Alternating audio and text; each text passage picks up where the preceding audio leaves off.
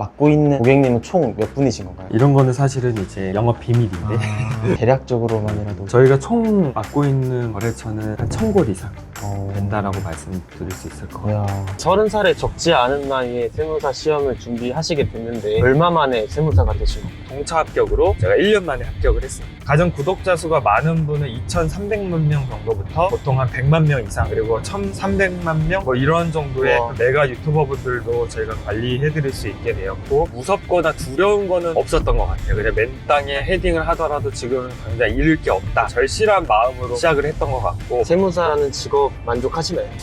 이거 직업 만족도는 100점 만점에 70점 정도 주고 싶어요. 그러면 보통 세무사님이 하루 일과가 어떻게 되시나요?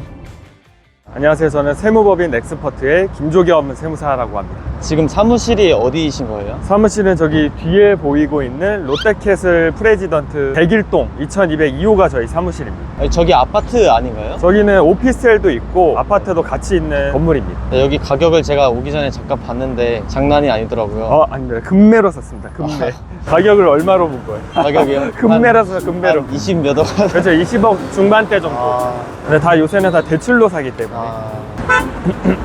원래 사옥 같은 걸 사면 조금 더 자신 있게 자랑을 할 텐데 저는 아직까지는 목표가 안 이루어졌다고 생각을 해가지고, 원래 목표로 하시던 사옥은 따로 있으셨던 겁니다. 제가 진정한 흑수저 출신이거든요. 그러다 보니까 이제 그런 꿈이 굉장히 크게 있었는데, 부동산 시행, 직접 내가 땅을 사고 건물을 짓고 가치를 높여서 이렇게 파는 일을 하시는 분들과 많은 인연을 맺게 됐어요. 그러면 나도 내 사무실을 직접 지어서 나만의 사옥을 한번 만들고 싶다, 이런 꿈을 갖게 됐었고, 아직까지는 그 꿈을 위해서 한 발짝 한 발짝 이제 다가가는 중이라고 봐주시면 될 것 같습니다. 그럼 언젠가는 직접 건물을 지으실 날이 오겠네요. 네, 사옥을 갖는 게 모든 사업자의 꿈이 아닐까 생각하고 있습니다. 막 이런 브이로그나 인생극장 스타일로 하는 유튜브 채널들 있잖아요. 네. 그런 분들 거 영상 진짜 많이 봤는데 이렇게 부끄러울 줄 몰랐어요.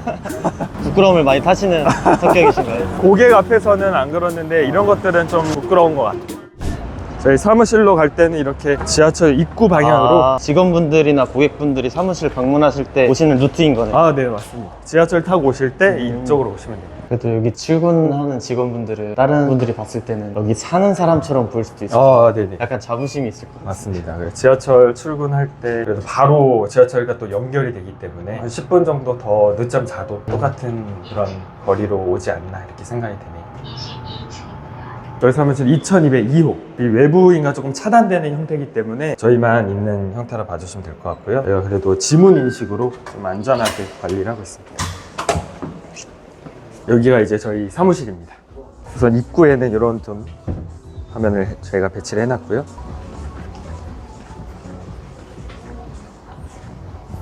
부르면 아마 화를 낼 것 같아서 제가 이제 몇몇 분을 이제 직접 호출을 하지 못하고. 여기서 제일 오래되신 직원분이 제일 오래된 직원은 아까 제가 부르면 안 될 것 같다고 한 분이 저분입니다. 도망가시는. 총 몇 분이신 거예요, 직원분? 지금 직원은 20명 정도 함께 같이 있습니다. 도망갔죠? 얼굴을 다 가리고 있고.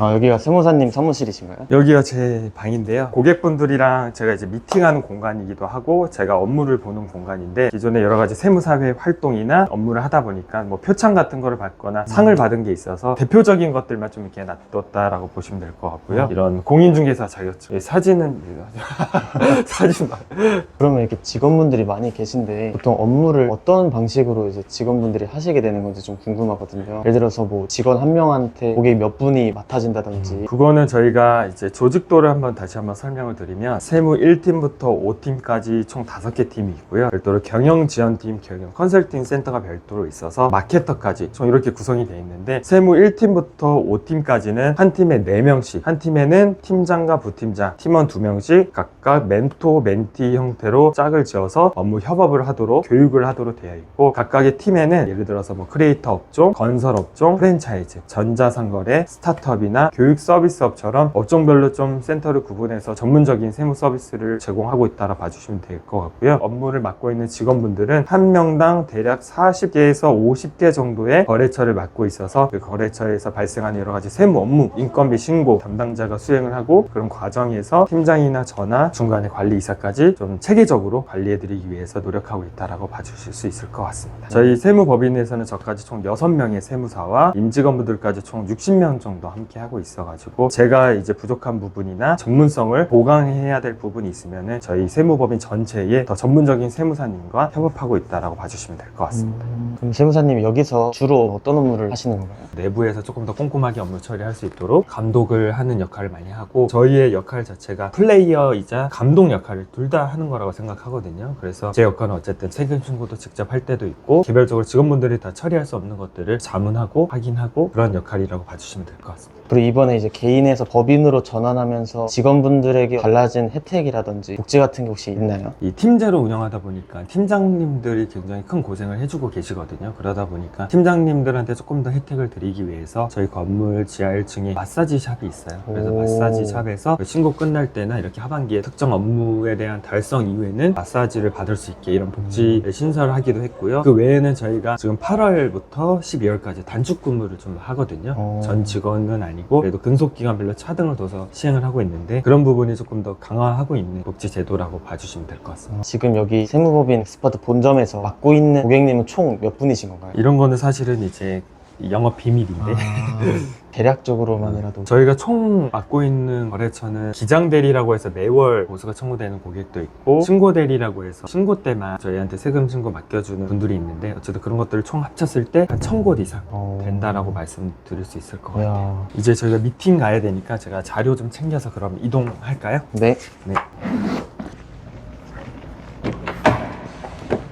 오늘은 지금 인천공항에 가고 있는데요. 다른 고객분께서 소개를 해주셨어요. 가장 그래도 제가 좀 다른 부분이라 말씀드릴 수 있는 거는, 처음 사업자를 만날 때부터 최소 5년 정도의 로드맵을 좀 설계를 해드립니다. 창업하고 5년간 여러 가지 감면받을 수 있는 것들을 어떻게 활용하면 되는지, 매출을 알면 사실은 이익까지 대략적으로 업종별로 평균 수치가 있기 때문에 어느 정도 예측할 수가 있거든요. 제가 그런 부분을 로드맵을 설계해드리고, 실제 그 로드맵에 맞춰서 잘 가고 있는지 정기적으로 체크해드리는 과정이라고 볼 수 있을 것 같아요. 세무사를 어떻게 시작하시게 된 거예요? 제가 이제 경영학과를 나왔는데 이런 직업이 있는지 사실 대학교 다닐 때까지만 몰랐고, 05학번이거든요. 금융시장이 굉장히 화랑이어서 저 또한 이제 증권사를 목표로 취업을 준비했던 그런 대학생이었고, 삼성증권이라고 하는 회사에 입사를 했던 거고요. 4년 정도 근무하다가 보니 직장인으로서의 한계를 느낄 때쯤에 지금의 와이프를 만났습니다. 지금의 와이프의 권유로 세무사 시험을 준비하게 됐고, 합격을 해서 이렇게 세무사가 돼서 일을 하고 있습니다. 회사를 퇴사하고 준비하신 건가요? 결혼을 하고 첫 아이가 금방 생겨서 바로 아이를 낳고 육아휴직을 써서 처음 공부를 시작했습니다. 제가 입사 성적도 사실 1등으로 입사를 했었고, 조기 진급도 하고, 나름 회사에서도 항상 최선을 다해서 열심히 일을 했던 것 같아요. 근데 조금 더 큰 꿈을 갖고 있었기 때문에 세무사라면은 내가 노력하는 만큼 조금 더 보상을 받을 수 있는 그런 업이 아닐까, 이런 계기가 됐던 것 같습니다. 그때가 몇 살이셨던 거예요? 세무사를 준비하셨을 때? 그때가 아마 30살이었던 것 같습니다. 30살. 30살에 적지 않은 나이에 세무사 시험을 준비하시게 됐는데 얼마 만에 세무사가 되신 건가요? 헝그리함과 또 운이 모두 따랐다라고 볼 수가 있는데, 동차 합격으로 제가 1년 만에 합격을 했습니다. 동차 합격이라는 거는 1차와 2차를 동시에 합격했다는 뜻이죠? 1차와 2차를 같은 해에 합격했다. 제가 2016년 4월에 1차 시험을 보고 8월에 아마 2차 시험이 있는데, 동차 합격생 중에 상위 한 3등 정도에 들어가면 다음 해에 문제 출제에 오류는 없는지, 난이도는 적정한지, 이런 것들을 검토하는 모의 시험 요원, 모의 출제 검토 요원 이렇게 부르는데, 모의 요원까지도 제가 다녀온 경험이 있습니다. 아, 대단하시네요. 아예 아닙니다. 개업을 한다는 게 의사도 그렇고 변호사도 그렇고 직접 영업도 해야 되고 고객을 끌어와야 되는데, 처음에 그 과정을 어떻게 하시게 됐나요? 그때는 30살이라고 말씀드렸잖아요. 무섭거나 두려운 거는 없었던 것 같아요. 그냥 맨 땅에 헤딩을 하더라도 지금 당장 잃을 게 없다, 절실한 마음으로 시작을 했던 것 같고, 처음에는 정말 책상 하나만 갖고 시작을 했는데, 조금 더 좋은 고객분들을 만드는 것을 목표로 대표님들 모이는 그런 모임 자리 있으면은 한 번씩 참석을 하기도 하고, 카카오톡 채널이라고 해서 제가 관리를 하고 있는데, 매달 세무 일정이나 제가 알고 있는 여러 가지 절세 팁이나 꾸준하게 좀 보내드리다 보니까 많은 분들이 연락을 많이 주게 되신 것 같아요. 지금 9년차라고 하셨잖아요. 네네. 어떻게 그렇게 빠르게 많은 직원을 보유한 세무사가 될 수 있었는지. 본질에 좀 집중을 했던 것 같아요. 외부 활동이나 마케팅 이런 것들에 조금 더 중점을 두기보다는 고객 한 분 한 분 꼼꼼하게 봐드리고, 절세도 많이 해드리고, 컨설팅을 통해서 금전적인 혜택을 많이 볼 수 있도록 도와드리다 보니, 고객분들이 다른 고객분들을 정말 많이 소개해 주셨어요. 왜냐면 아무한테나 친구를 거를 맡길 수 없잖아요. 그러다 보니까 신뢰성이 중요한데, 최근에는 여러 플랫폼을 통해서 세무 관련의 방식이 많이 변화가 되고 있는데, 저 또한 아직까지 많이 노력하고 있는 단계라고 봐주시면 될 것 같습니다. 초창기 때 함께 해온 고객님이 지금까지도 같이 하시는 분들이 많으신가요? 물론이죠. 자신 있게 말씀드릴 수 있는 게, 고객 이탈률이라고 해서 세무 서비스를 이용하다가 불만족스러우면은 이제 다른 세무 대리인으로